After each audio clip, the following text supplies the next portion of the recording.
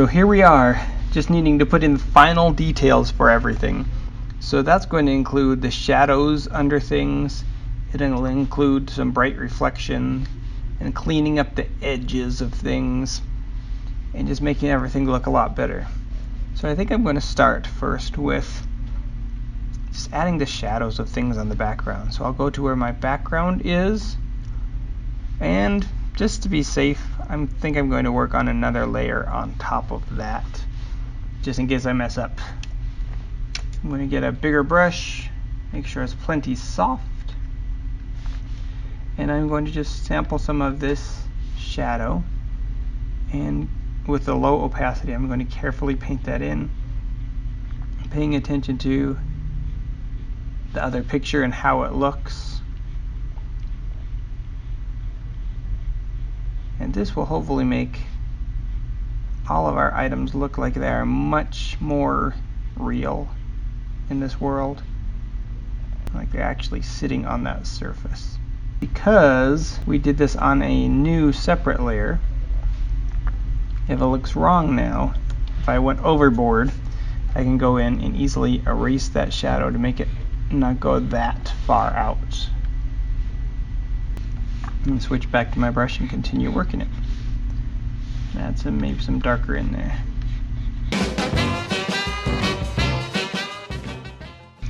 Then on our background surface, you'll notice there are other things like some reflection going on there. So I see a reflection from the picture here. I see a reflection of kind of like dust and things that are going on there. So if I first capture the picture, I think I want to take a marquee, one of these selection boxes, which you can get to right there, the second tool on the list, and now go back to my brush and I can paint in some of that reflection without going off the edges. It'll only stay inside of that box that I gave it.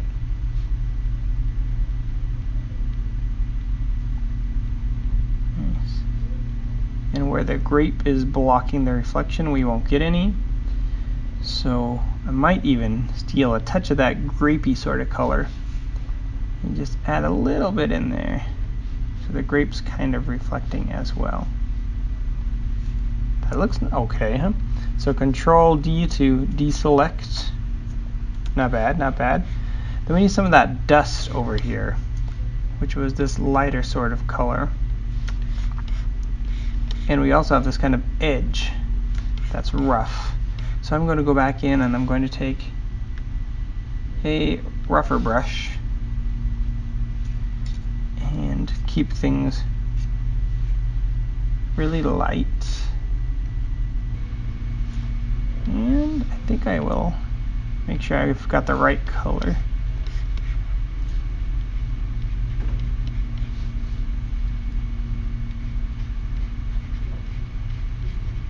Bigger.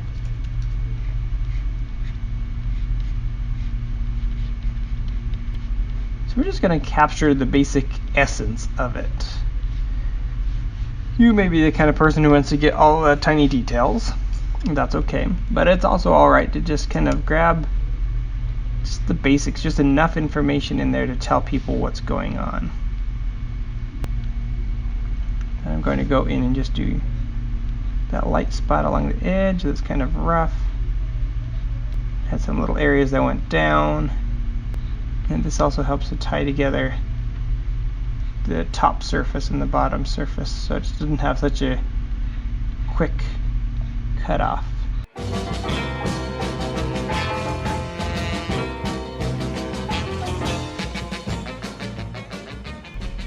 Just looking and adjusting and adapting as we go. That's probably enough on this table for now. Now, the next thing I might want to add for my details is some reflection on the grapes. So I think I will do this all on the same layer. I'm going to add a details layer clear up here at the top above every other visible thing, and up here I'm going to add any remaining details that are necessary for the whole piece. So I'm going to turn my opacity down and add some extra light areas and reflections over the grapes. And remember, we want these grapes to look hard and shiny. Shiny things are going to have hard edge reflections. Maybe I'll adjust my brush.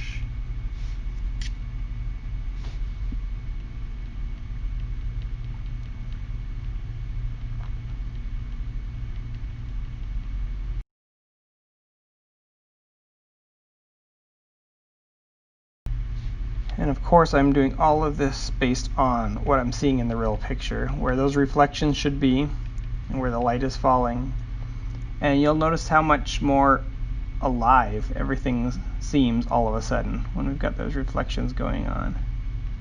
It all seems to pop.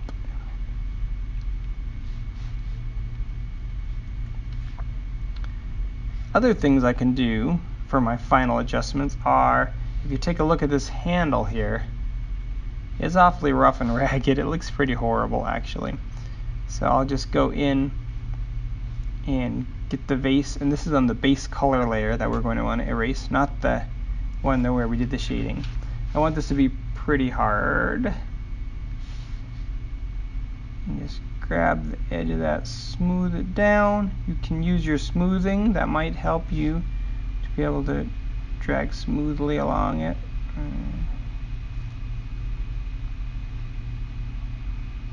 Do it in several passes, a bit at a time, just trimming a bit off as needed.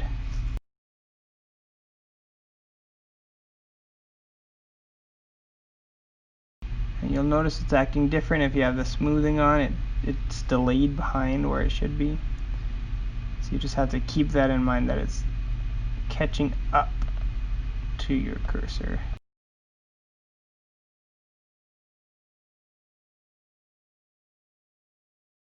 Looks better. We can straighten things down over here. So I want this in a straight line. So I'll tap here, blink, and I'll go up and hold down Shift, tap there, and it erases in a straight line for me, which really helps to clean that up. And now these parts don't look like they're actually ridges in the side until I make them ridges.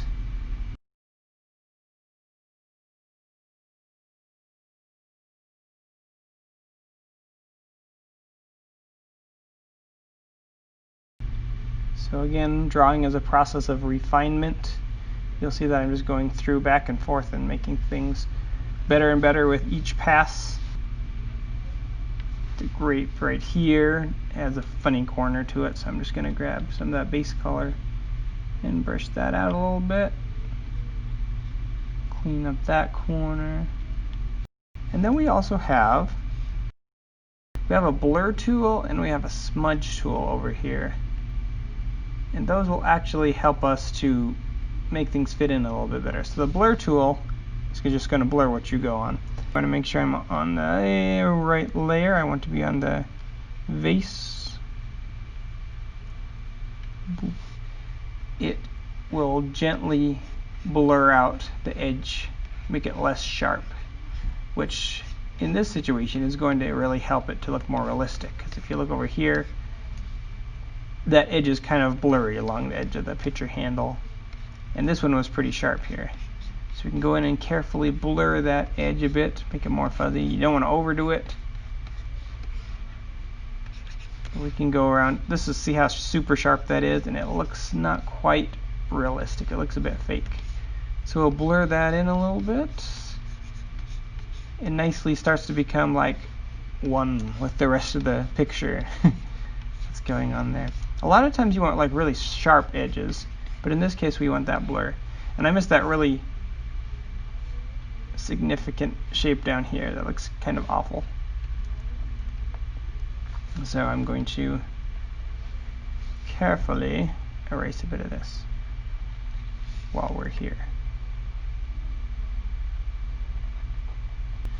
So the other tool we were looking at is the smudge tool. If you hold down the blur tool, you can get the smudge tool, and it's a lot more dramatic. You have to be careful with it. It actually just kind of streaks the paint around as if you rub your finger across wet paint, and that can be useful in some spots. You just have to be real careful not to make it look overly blurry and bad. And this is also the kind of layer that I would go back and add some details to this pear stem, make it look more sharp and nice. But there's not an awful lot more that's missing. Maybe the reflection's right there. We could totally go in and add those reflections, add whatever else you think needs to happen, just to tighten things up a little bit. So just make some adjustments, the final pieces, and it'll be fantastic. When you've got that totally finished and your piece looks just like you want it to, or as close as it's going to get to how you want it to, you're going to need to export it in order to send it to me. And if you don't remember exactly how to export it, please consider the following. So first I'm going to want to go up and make sure it's well saved.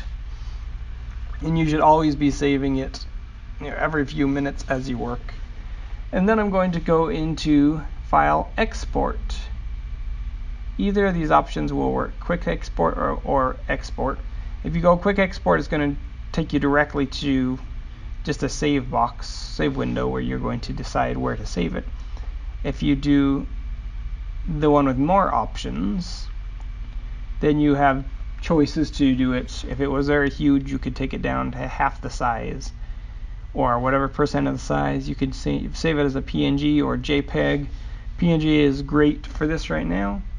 And maybe I'll pop it down to 75%, but not too small, because I want to be able to see all the detail.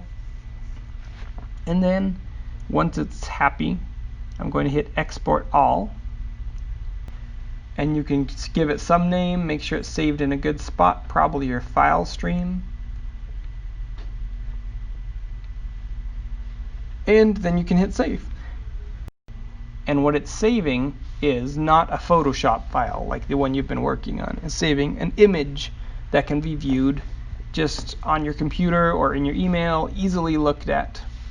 Then you would go to your email, just compose a new email, connect it using the attachment, the thing that looks like a paperclip, and just send it to me that way. Good luck creating. I'm excited to see what you end up with. Bye-bye.